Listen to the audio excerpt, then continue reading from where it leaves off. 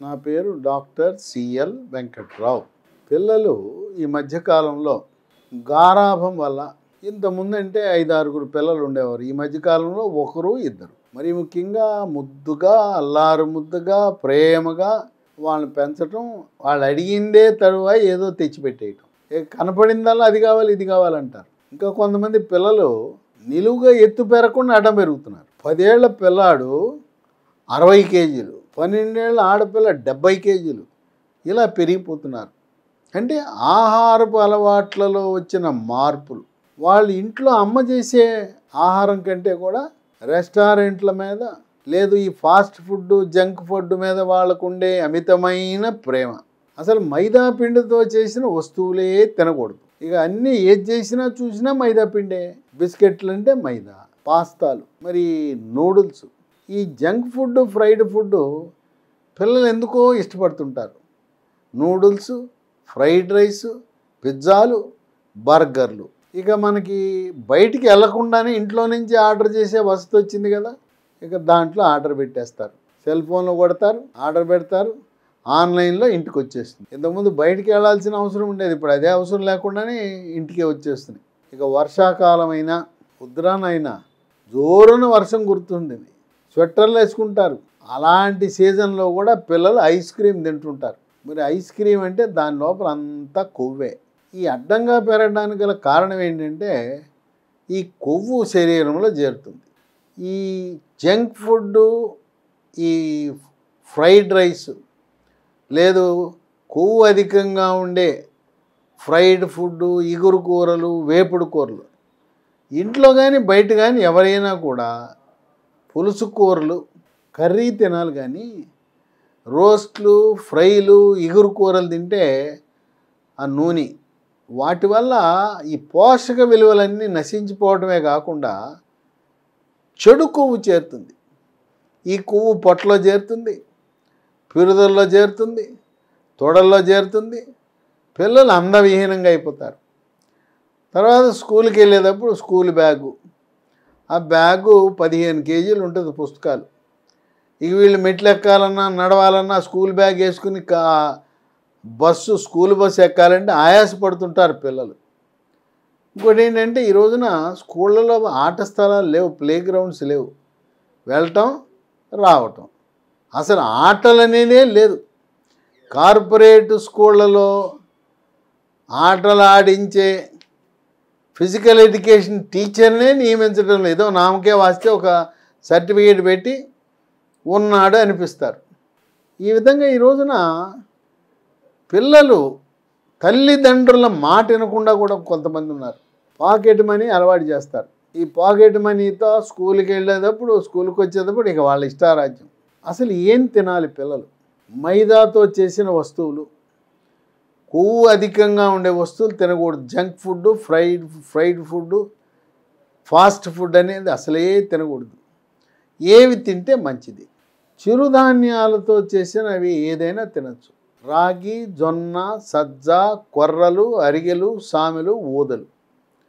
వీటిని జావ రూపాన్ని తాగొచ్చు, లేదు వీటిని పిండి చేసి పుల్కా రూపాన్ని తినచ్చు, లేదు రాగి ముద్ద, జొన్న అన్నం.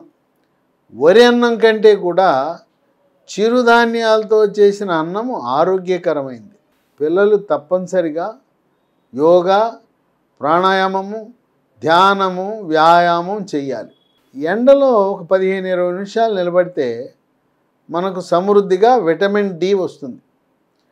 పిల్లలు పుట్టినప్పటి నుంచి ఏసీ, ఇంట్లో ఏసీ, మళ్ళీ స్కూల్ బస్సుకి ఏసీ, లేదు కారులో వెళ్ళే వాళ్ళకి కారులో ఏసీ, స్కూల్లో ఏసీ, ఎక్కడ చూసినా ఏసీ ఉండి ఆ సూర్యరశ్మి అనేది వాళ్ళ శరీరం మీద పడకపోవటం వల్ల విటమిన్ డి అనేది లోపిస్తుంది. విటమిన్ డి లోపిస్తే రోగ నిరోధక శక్తి తగ్గుతుంది. ఎత్తు పెరగడానికి కూడా, ఎముక ఎదుగుదలలో కూడా లోపం కనపడుతుంది. మొలకలు తినాలి. పెసలు, శనగలు, బొబ్బర్లు నానబెట్టి మొలకలు వచ్చిన తర్వాత తినటం మంచిది. పండ్లు, ఏ సీజన్లో దొరికే పండ్లు ఆ సీజన్లో తినాలి. జంక్ ఫుడ్, ఫాస్ట్ ఫుడ్కి స్వస్తి పలికి మొలకలు, పండ్లు, చిరుధాన్యాలు లాంటివి తినాలి. తర్వాత పిల్లలు కూల్ డ్రింక్స్కి అలవాటు పడతారు. కూల్ డ్రింక్స్ చాలా చేటు. కూల్ డ్రింక్స్ వల్ల దాంట్లో ఏముంటుంది? రంగు, షుగరు. వాటి వల్ల అనేకమైన అనర్థాలు ఉన్నాయి. ఎవరు కూడా కూల్ డ్రింక్స్ తాగకూడదు. కూల్ డ్రింక్స్ బదులుగా పిల్లలకి కొబ్బరి నీళ్ళు అలవాటు చేయటం మంచిది. అట్లాగే పండు తినాలి కానీ పండ్ల రసం కాదు. అసలు బాటిల్స్లో కానీ టెట్రా ప్యాక్లో నిలవ ఉండే పండ్ల రసం అసలే తాగకూడదు. తాజాదైన పండ్ల రసం అనవసరం. కమలా పండు ఉంది, కమలా పండు తొనలు తినాలి, గింజలు ఉసేయాలి. ఆ కమలా తినేటప్పుడు వచ్చిన పిప్పిని కూడా మింగటం వల్ల మలబద్ధకం ఉండదు. ఈ జంక్ ఫుడ్, ఫాస్ట్ ఫుడ్ తినే పిల్లలకి మలబద్ధకం వస్తుంది. మలబద్ధకం వల్ల మల విసర్జన చాలా కష్టతరం అవటం వల్ల ఆసన ద్వారం వద్ద అక్కడ చర్మము చీలి తీవ్రమైన నొప్పి వస్తుంది. ఈ మలము సరిగా రాని కారణం వల్ల పిల్లలకి మొలలు కూడా వచ్చే అవకాశం ఉంది. ఆ విధంగా ఈ రోజున నేటి తరం, ముఖ్యంగా పట్టణాలు, నగరాల్లో ఉండే పిల్లలు, తల్లిదండ్రులు వాళ్ళకుండే ఆర్థిక స్థితిగతులను బట్టి అడిగిందే తడువుగా పిల్లలు కోరిందల్లా ఇవ్వటం, ఆ విధంగా వాళ్ళు అనారోగ్యం బారిన పడతారు. కొంతమంది పిల్లలకు మెడ ముందు భాగాన సీతాకోక చిలుక ఆకారం ఉండే థైరాయిడ్ గ్రంథి సరిగా పనిచేయని కారణం వల్ల కూడా బరువు పెరుగుతారు.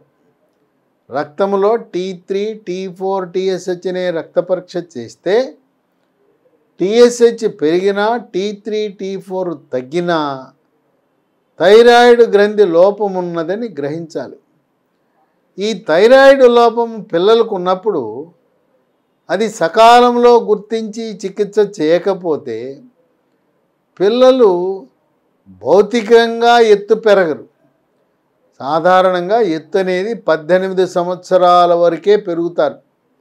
కాస్తో కూస్తో ఒక 1, 2, 3 సెంటీమీటర్లు 21 వరకు పెరిగే అవకాశం ఉంది. ఇక ఆ తర్వాత పెరగరు. భౌతికంగా ఎదుగుదల ఉండదు, పొట్టిగా ఉంటారు. దీంతోపాటు థైరాయిడ్ గ్రంథి లోపం ఉండటం వల్ల పిల్లలు వాళ్ళ యొక్క మానసిక పరిస్థితి మందకొడిగా ఉంటుంది.